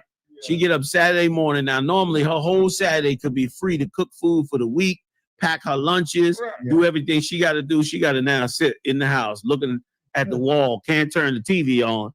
You understand? Because you turn on electricity, you working. Come on, man. That's not what our king prescribed to us. Look. Man, that's all Jewish what they're doing. Mhm. They learning all that from Jewish people. The Jewish people won't cut the light on, but they'll get one of the servants or find somebody else to go cut the light on, which tells you they are actually breaking the Sabbath. You could almost look at it as a master's job. Somebody that got a slavery, it's not, he don't want the business open. The master has the business open. So now you're going to have them jeopardize their job because the master is forcing them to do that on it, and just don't even understand it. And what Commander Yahanna said about preparation, when Christ said the Sabbath was for you, if it wasn't for the Sabbath day, you would be working 7 days a week. Your master would not let you get a day off. So that's your day to do what you want on that day. It's not for a day to where somebody can say, hey, do this for me. You can say, no, the Lord said, this is my day. You want to play chess, go play chess. You want to hang with your kids, go hang with. You want to prep your food like Commander Yahanna said. Then you can do that because that's your day. That's the Sabbath was made for man. How do you serve rest? That's I want. How you serve rest? Yes. So like if you can't do no serve out work, you can't get out the bed. That's it. Cause you got the rest. That's it. You get up and open the door. You move a chair. Now you just work. Like that don't make sense. It make no sense. You know what I mean? And if I could, Cap, what you saying is so right. Okay, Ross, is that okay? No problem. Y'all just get the white man off my back, and I won't listen. I won't even leave the house on Saturday. I will sleep like I've been what. But for the last 40 years, I'd had to get out in these streets and get these young brothers together. Now, if you want to free me up, I'm all ears. You know what I mean? I sleep all Saturday. And here it is. Wait a minute. It's Saturday. We all the way in Greensboro, someplace I really don't know. Greensboro, North Carolina. In here tying Ross up all morning. Oh, good. I can't wait to go home and get a sandwich and all that. And you talking about you can't eat no sandwich. Yeah, get between me and that meal when we get up out of here. That's all I'm telling you. You know what I'm saying? Yes, like sir. that's like you said, Gap, that's Jewish. They, taking us somewhere else. You know what I'm saying? When and if I could, one of the greatest, if not the greatest example of the Sabbath was when Christ healed the brother. Remember, they came to him and was ready to pounce on him because he was about to heal his brother. And he said, which is better? Is it better that this man be with the arm deformed, or is it better on the Sabbath to do good? Yeah. And today is a perfect example. Yeah. Was it better that we stayed in the bed and didn't turn on the lights and didn't eat a sandwich, or was it better that we came down and hung with our brother Ross and spoke to the world about the good works of Christ and the kingdom to come? Which one was better? That's what I'd like to ask. You know what I mean? I'll forego a sandwich. You know what I mean? For the sake of these brothers. Yeah, I love it. You know what I mean? I love it. Listen, man, we could probably do this all day long. You know we could. You know? Listen, we're gonna have to get out of here, but Absolutely. again, General Yahanna, to the brothers. I want to say thank you all for again gracing us with your presence, man. Appreciate with you. the knowledge that you bring to the table that's valuable, and the light. You are being what Scripture tell us to be, the salt of the earth. And we really do appreciate that. I appreciate it more than anything. It's missing out of our world and out of our society. And it's much appreciative on this end. And you know, you got an invitation always. Oh man, it's super kind of you. Always. Ross. And hopefully one day things will get better for the Ross Cloud. And I can sow a seed. I can sow my tithe. That's right. That's right. That's right. Yeah. That's right. That's right. That's right. That's right. You know, certainly they've been using it for the wrong reason. We're using it for the right. No. But it's been used for the right That's way. it. I said that jokingly, but Sure. But we'll get there. Yeah, we get there. Yeah, the work that you're doing. Most times. Yeah, they don't talk about it enough.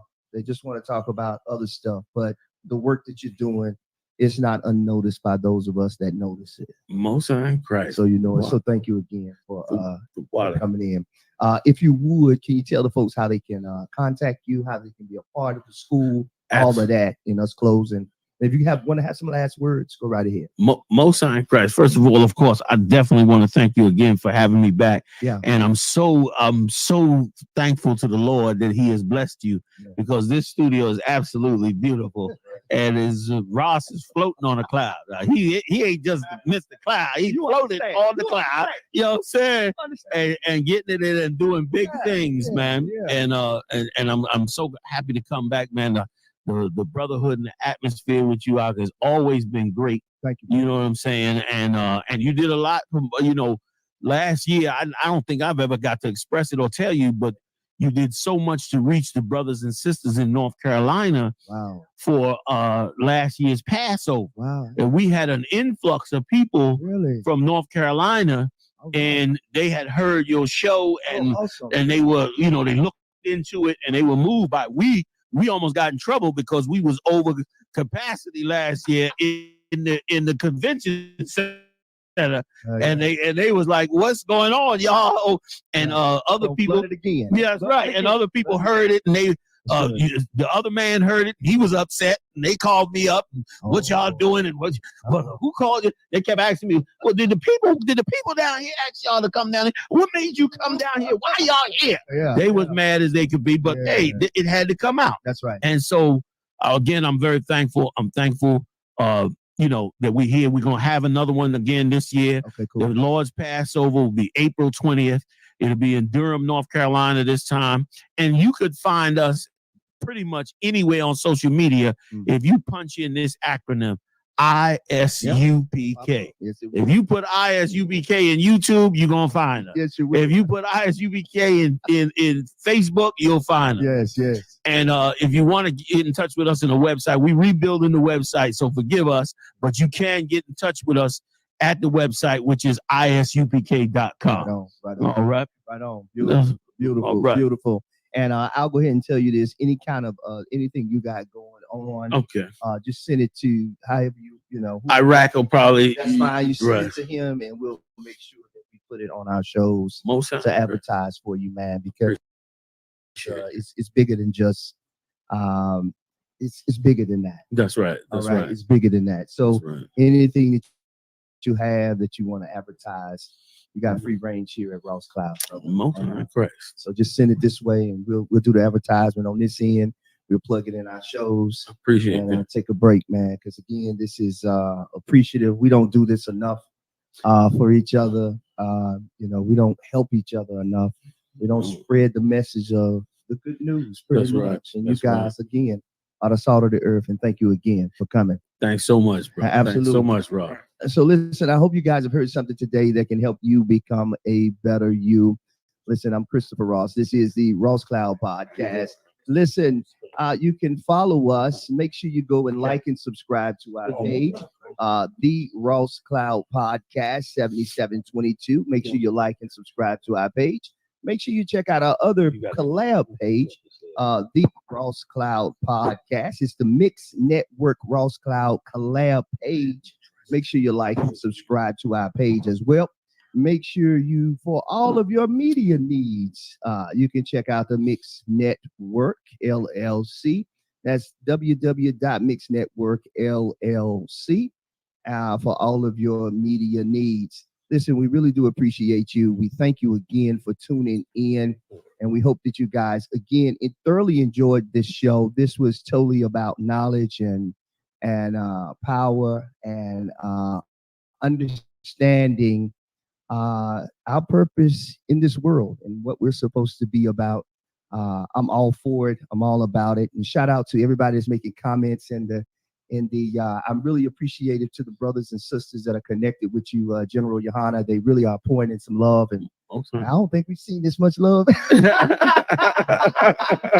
You know, when you have a platform that's geared to shedding light and not evil and darkness, you know, the numbers run differently. So that's true. To have this kind of love from those who get it and see it and understand what it is, we appreciate those that have given us some shout out in the comments. We'll respond later. We don't have everybody to work our technology for us right now, but we'll respond later. But again, it's not unnoticed, and we thank you.